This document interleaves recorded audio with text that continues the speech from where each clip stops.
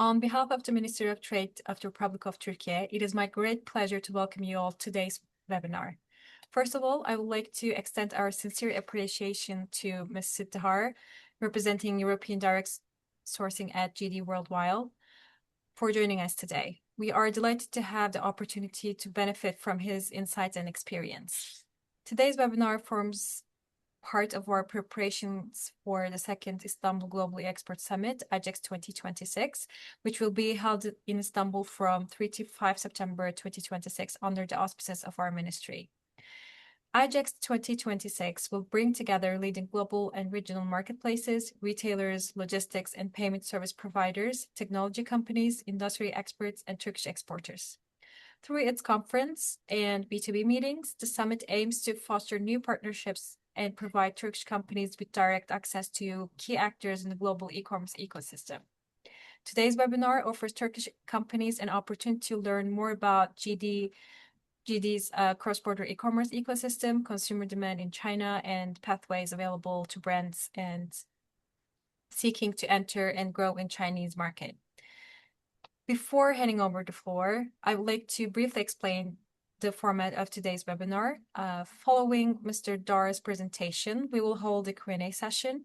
Participants may submit their questions through chat, and we will address as many of them as possible during the session. I hope today's webinar will be informative and productive, and that it will serve as the beginning of new and lasting cooperation opportunities between GD and Turkish companies. Mr. Dhar, thank you once again for joining us. It is now my pleasure to give the floor to you. Thank you. Thanks, Arnaz. Yeah, it's really my pleasure as well to be presenting JD.com to you and everybody here. And thanks for giving me the floor. I will share my screen shortly, and then we can begin.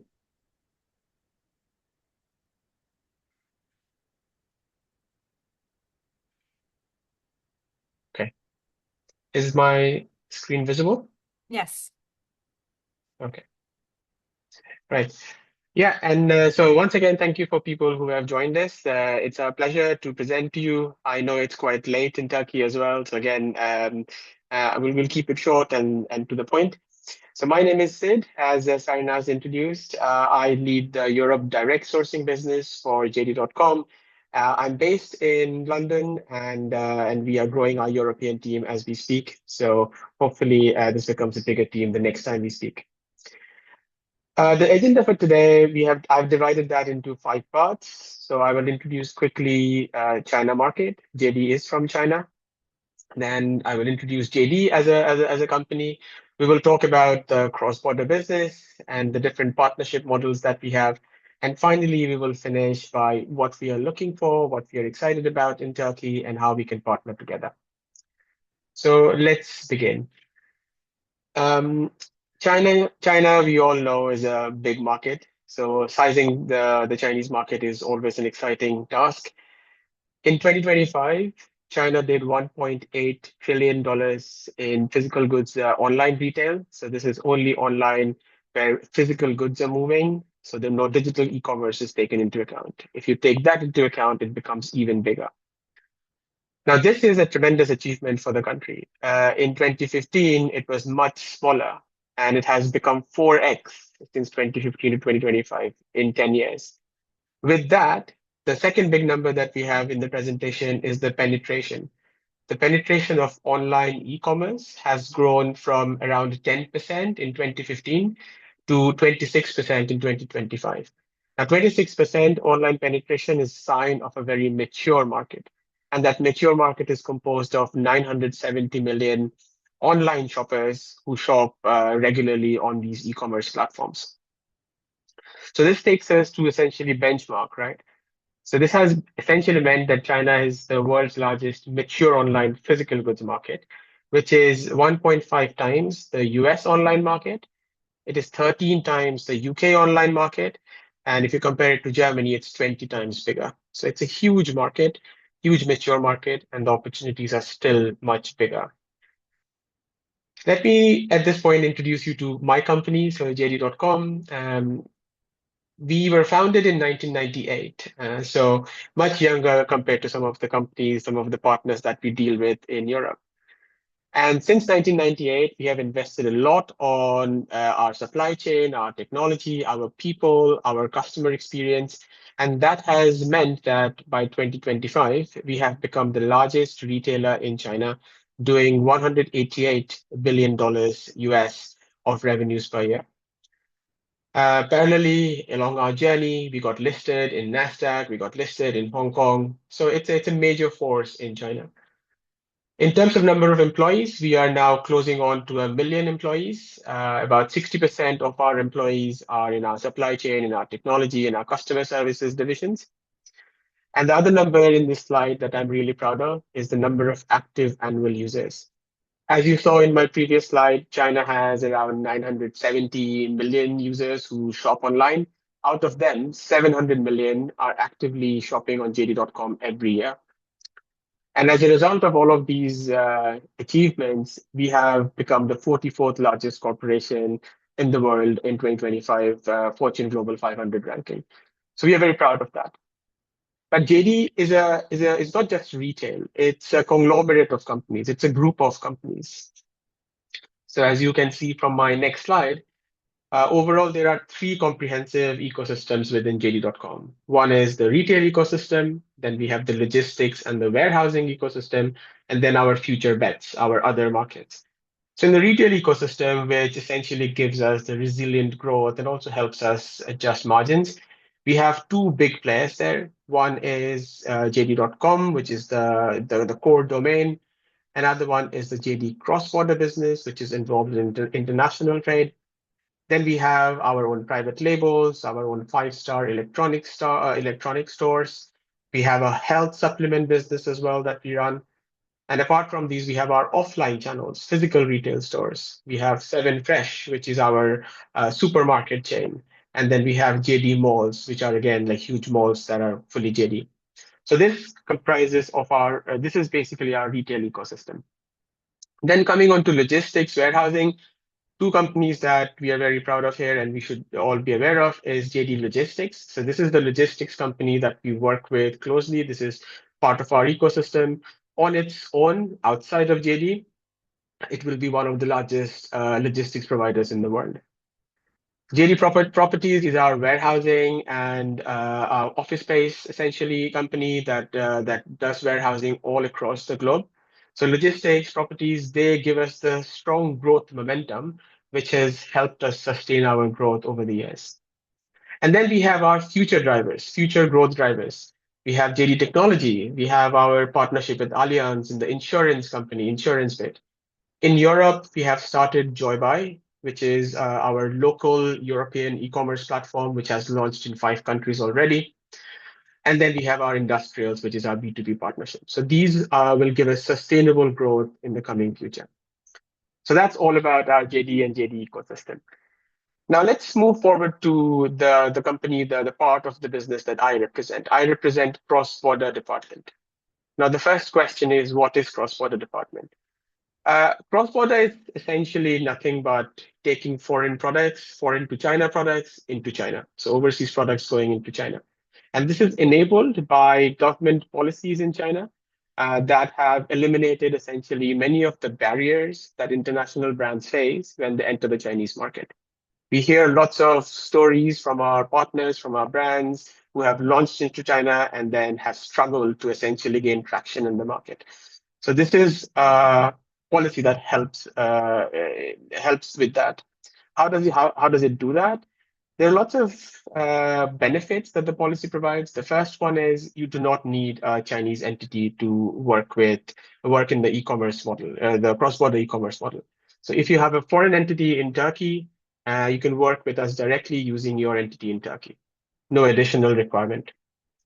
Then in terms of registration, product certification, testing, you do not need to do any of these in China. So if you have your product registered in Turkey, that's enough for us, and we will be able to do business with you. Chinese trademark, again, you don't need to apply for it. It is optional. It's always a good thing to have, but it is optional in this way of doing business.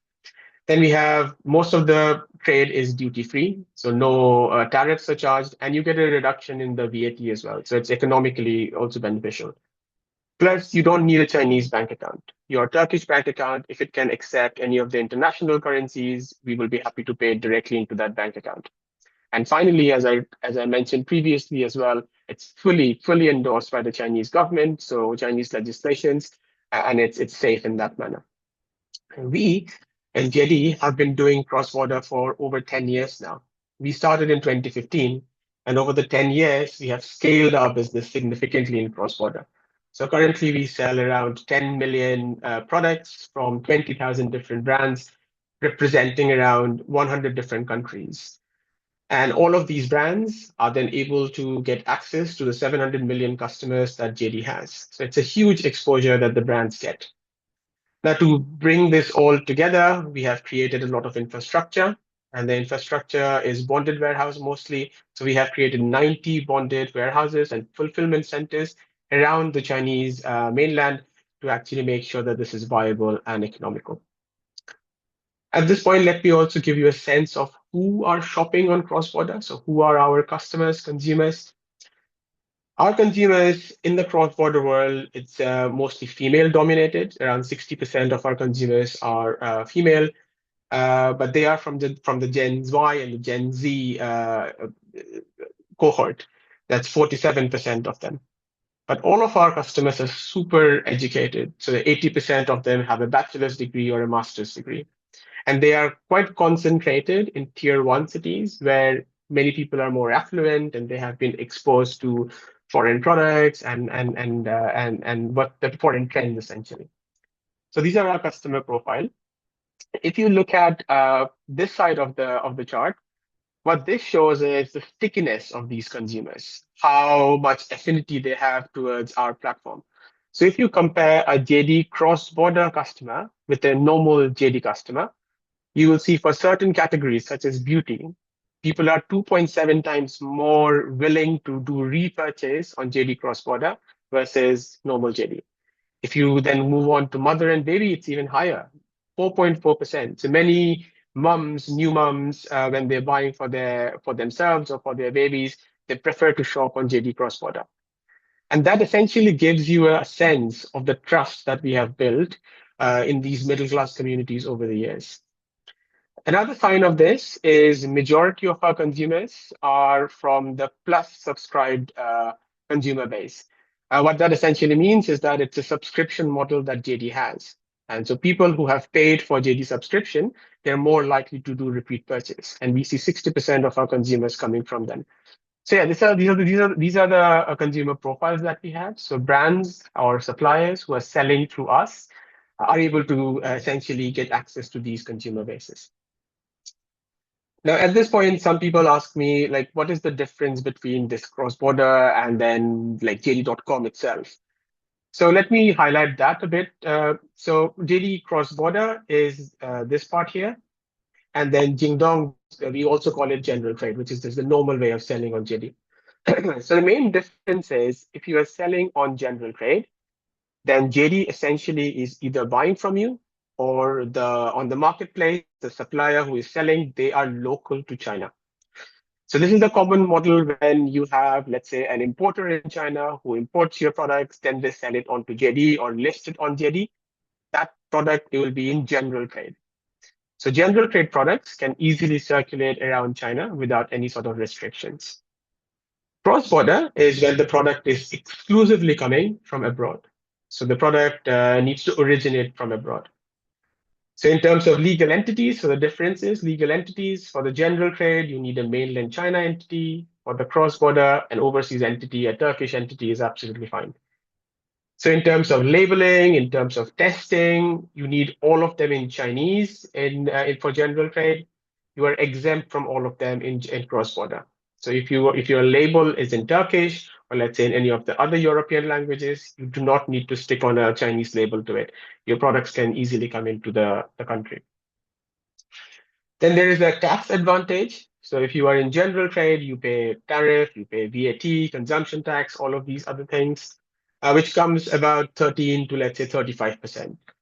In cross-border, you pay zero duty and you have a 30% discount on VAT from the government. So effectively, for most of the items, you just pay around 9% overall tax. So that's a tax benefit that people have. The import process is also very simplified in cross-border. It's all electronic. It's all like up to the modern standards. General trade can sometimes have complex declaration processes, so it can be a bit difficult at times. But the advantage that general trade has is on distribution. So because these products have completely moved into China after paying all the taxes, they can move online, they can be sold offline, they can be sold on bulk. So they can move around into China, inside China very freely. Cross-border has this restriction. So the products are essentially linked to the distribution channel that they have come through. So it's for JD, it's linked to JD. And there are also some restrictions to protect you from, let's say, bad actors, bad consumers. So a consumer can only order up to 5,000 RMB worth of products from you, or 26,000 in a year. So there are some restrictions there, but these are there to protect. And the other part is the domestic trademark. In China, general trade, you need a trademark. In cross-border, it's not compulsory, but recommended. So as you probably can see, with some restrictions in place, this is quite an easy system to come into China. Of course, there are nuances. There are like dotted lines here and there that we need to be aware of, but generally it's an easier system. The fastest we have onboarded a supplier using cross-border from the first conversation to their products being live on JD.com is 5 weeks in Europe. So it can tell you essentially how fast this can move. At this point, I would like to also show you our top categories. So as I mentioned, we have 20,000 global brands, 10 million SKUs. In JD cross-border, most of these are focused on things like infant milk and formula, and then consumer electronics, beauty products, watches, jewelries, lots of imported food, so gourmet food, apparel, bags, household essentials, and you get the picture. I would like to deep dive into a few of these. So in beauty, for example, in 2025, we started doing double-digit growths. And these were with really luxury products sometimes, or even products that are really highly regarded. In consumer electronics, we are number one in cross-border in terms of consumer electronics. You think about Apple, think about Sony, Nintendo's, and all these kind of things. In mother and baby, we have been number one for a while. We have developed this because we have such a stress on genuine products. So moms who are looking for infant milk or infant formula, they trust us to actually get the right product from overseas markets. That's why we are number one there. Food and liquor, again, we are a leading marketplace with a leading market share.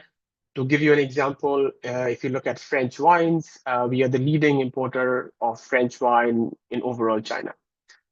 And in fashion and luxury, we have developed a lot of trust with our suppliers upstream and with our consumers downstream. So in terms of the return rate, we have one of the lowest return rates in the industry in China for fashion and luxury. So yeah, so these are all the categories that we operate in. Let me now take you to the partnership models and how we partner with our suppliers. We have two distinct partnership models.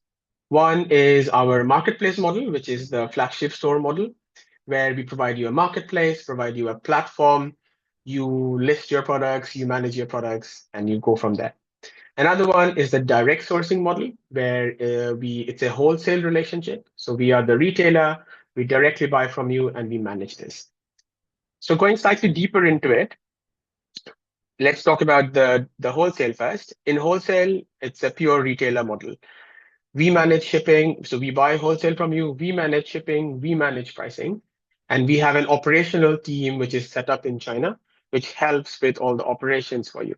So for you, it's a very low touch kind of a model. You don't need to you don't even need to speak Chinese to work in this model. We also provide value-added services in this model. So point of sale data, consumer behavior data, this kind of data you receive from us in the model.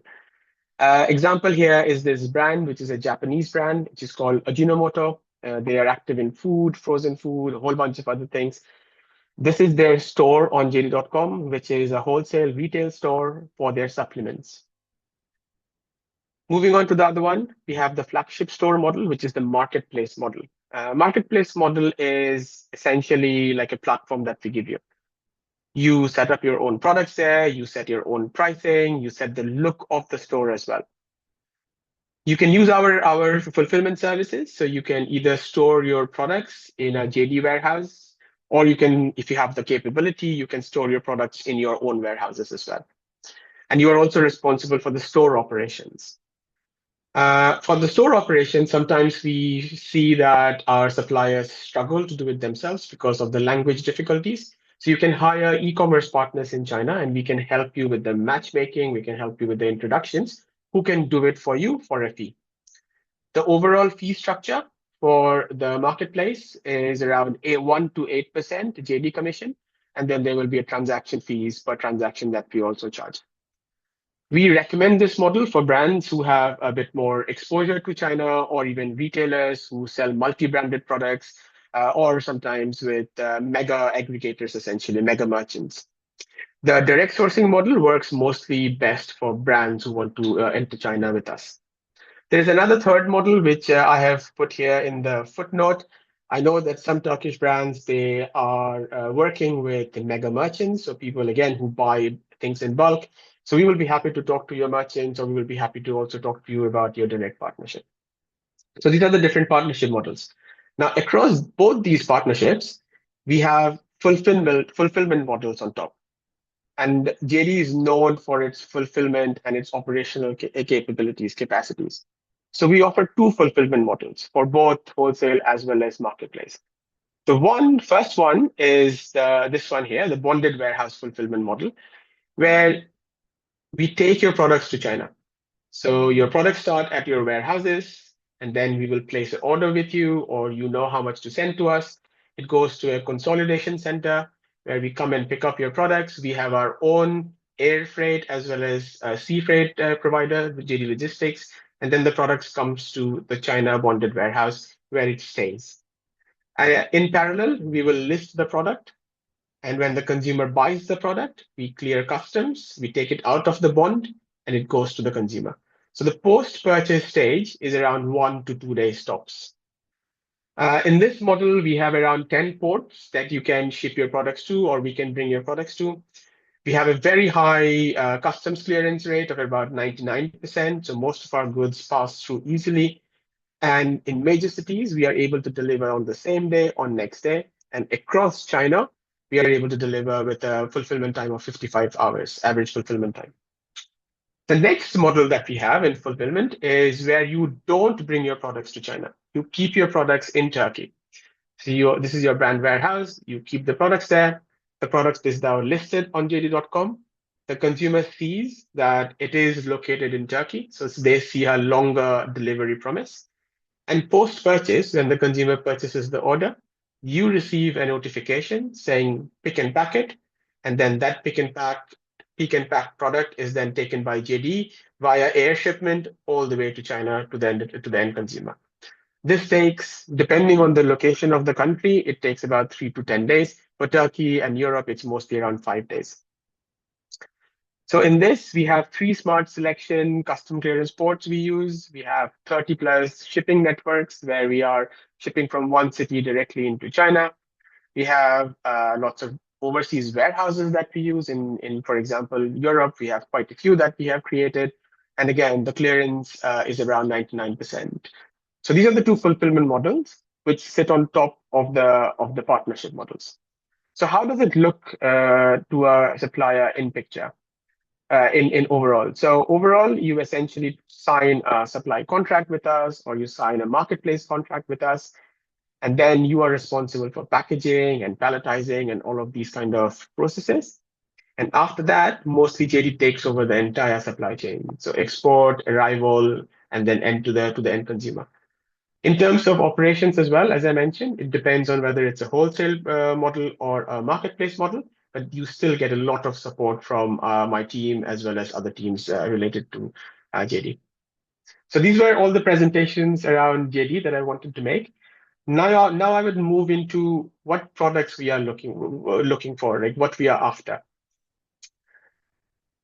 To begin with, we are looking for Turkish snacks and delights, of course. As you probably can see, and I have put screenshots from JD.com, we have these available, but always we are looking for more. So we are looking for, let's say, lokum, halwa, baklava, wafers and biscuits. But we are looking for products in retail gift boxes, especially around 200 to 500 grams. Uh, because of the distance, a minimum shelf life is also required, which is 12 months, and we are able to do Ex Works or FOB to a ship. This is the Turkish snacks and delights. Continuing with food, dry fruits, of course, is one of the big ones. The Happy Village brand, they have already established their presence, and so we are looking for more brands to help us. We are looking for organic dried figs, the apricots, sultanas, mulberries, again in resealable packs of 100 to 500 grams. If you have certificates which state that these are organic, these are additive free, then that's a big plus as well. The next is chocolates in gift boxes. Now, gifting is a big thing in China. You would probably know this. There are mid-autumn festivals. There is the Chinese New Year when a lot of gift is exchanged. So if you have chocolates in gift boxes, these are also a big hit. We're looking for authentic Turkish taste, so like pistachios, hazelnut, and these kind of things in boxes of 200 to 500 grams. If your chocolate is heat stable, so it's even better because we don't need to then put them in, let's say, cold storage, or so it's better for bonded storage essentially, right? So these are the products that we are also looking for. Moving on, Turkish tea and coffee. Again, black tea, apple tea, Turkish coffee. Again, in tins if you have them, and also capsules and pods if you have them. So this will also be a great addition to our assortment. Continuing with food, hazelnut and hazelnut spread. So roasted as well as blanched, paste as well as spread. And if they have the provenance from Urdu or Giresun, apologies for the pronunciation, then again, we are super interested. Now I will move into the beauty part of things, beauty and cosmetics. So rose extract goes without saying, everybody knows about it. So if they are from they are the Damascus rose water, rose oil, of course we are interested. The international the ingredient certification is something that we require, so INCI, that needs to be disclosed. And any sort of Turkish certification you have on the cosmetics, that would also be something that we are always interested in. But yeah, if you have them, we are really happy to hear from you and then take your products to China. Similarly, fragrances, cologne, again, we need all of these products. The traditional colonia that you have, we would love to have them as well on our platform. The IFRA, so the International Fragrance Association, they produce all of these compliance registers and the full disclosure of the ingredients. If you have them, we would love to have them and then list your products. And then finally, Turkish hair care.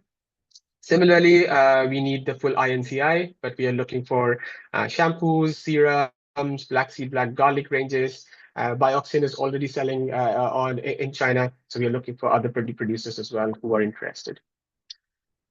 Then I'll move on to homeware and all of these brands. So in homeware, we are looking for such coffee pots, serving trays, the towels as well that are very famous in China. So again, if you are a supplier of these products, we would love to hear from you. If you have them in gift boxes, gift sets, again, that's an added plus. Finally, we have the ceramics. If you have the Iznik style pieces, the designs, coffee sets, dinnerware, we are interested. They need to be transit ready. So the packages need to be essentially shatterproof. That is one requirement. But yeah, we are very interested to hear from you. And finally, glassware as well. In glassware, so tea glasses, saucers, tumblers, as I mentioned, the breakage test needs to be passed. But again, we are very interested. And finally, we have rugs, the kilim rugs, the machine woven rugs. If they can be folded and put into, let's say smaller packages, flat packs, again, super beneficial. Even if not, then we are interested.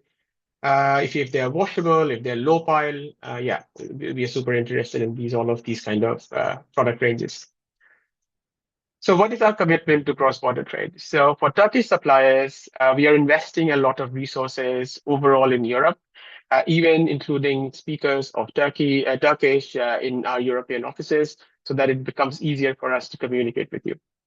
So having put that infrastructure in place, we will help you with onboarding and listing. We will help you with guidance on what is the right channel for you, wholesale, marketplace. We will help you with compliance and some sort of registration, so positive list registration. Any sort of logistics, JD always takes care of logistics. So we will put you in touch with JD logistics, or we will do the logistics ourselves. And also on marketing and trust to gain traffic, we will help you with that. But what do we need from you? What we need, we are visiting ITEX, of course, with the team, and we would love to hear your brand story. In China, heritage goes very well. It sits really well with the Chinese people. So if you have a story, an interesting one, we would love to hear from you. Then we would also like to understand your interest in the Chinese market, like what are your medium and the long-term strategy for the market. If you have an existing presence via a distributor, agent, or a mega merchant that we mentioned, we would love to hear that as well, because that will then also make us understand like which is the best way for you. Then we would love to give you information about the registration facility, especially for food. You need some sort of registration certification called GACC. So those information, if you have already, that's amazing. If you don't, we would help you with that. And finally, your product booklet and your documentation. We would love to see the packs. We would love to touch and feel your products as well when we are at ITEX. So yeah, so this concludes my presentation. Again, my name is Sid. I am putting my LinkedIn as well as my WeChat and my email address. Feel free to ping me, and then we can continue the conversation. Sarina, is off to you now. Thank you. Thank you so much for the informative presentation. Now we have a couple of questions that were asked by the participants. The first one is, what are commission rates and which markets do they apply to? How many days does payout take, and which logistic companies do you operate with in Turkish cities outside Istanbul? And how local can a global platform like GD actually become?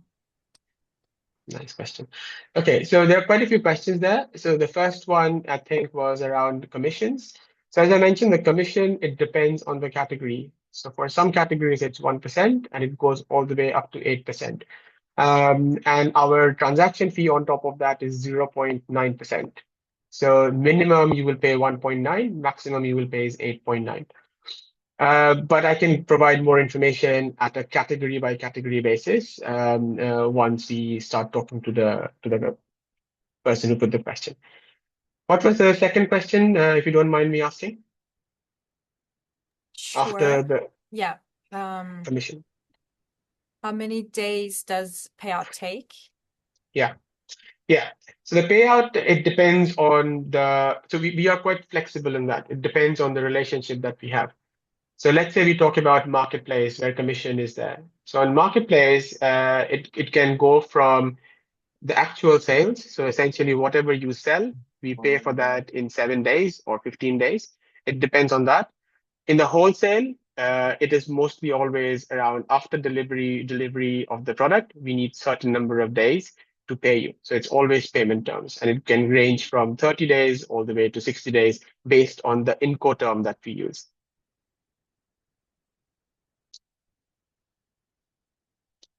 Sorry, you are on mute. And which logistic companies do you operate with? In Turkey, so we have if there are any, we have JD Logistics. JD Logistics can pick up products from essentially all over the globe. It does not matter where your factory is or where your warehouses is. We can send JD Logistics, and JD Logistics partners with then subcontractors within each country, and so they can cover most of the country very, very efficiently. Thank you. And the next question is, beyond the marketplace model, do you also offer wholesale purchasing options? Yes. So as we discussed in the presentation, we have extensive wholesale as well as marketplace offerings, and we have teams which are specialized and dedicated to these different streams. Great, thank you. And the next one is, does GD work with external legal, compliance, tax, or market entry partners to support international sellers? And do you Yeah. see increasing demand for such partnerships? Yeah, that's a good question.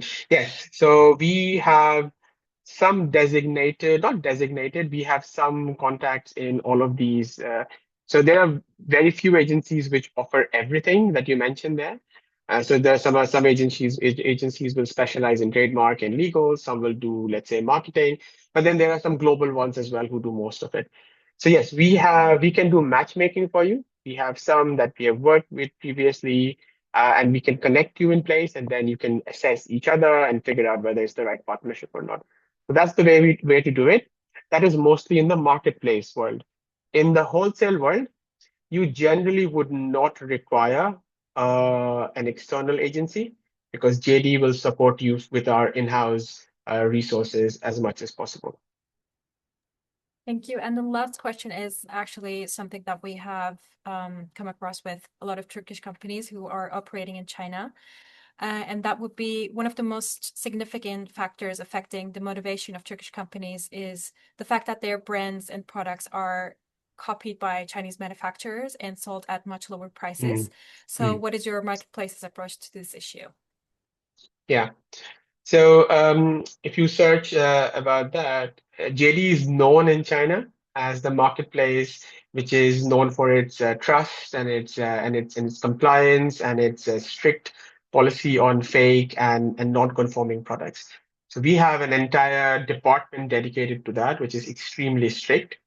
So the steps that we have is, for example, first thing is we generally stress that before you list your products, you make sure that there is a bit of a trademark that you have already applied for. Even though in my presentation I mentioned that trademark is optional, it is optional for cross-border, but in JD we do stress that you work on it with us and we can fully support you on that.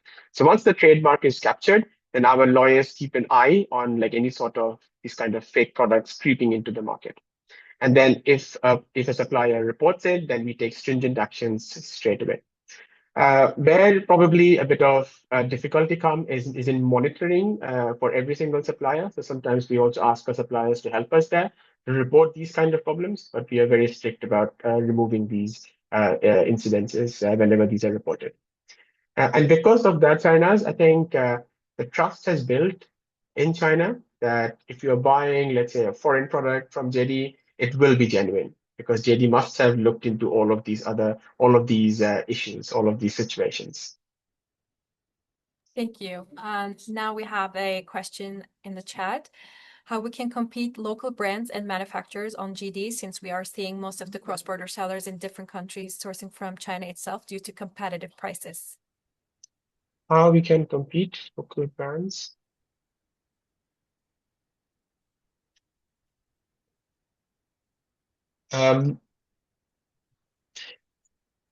If I understand this question,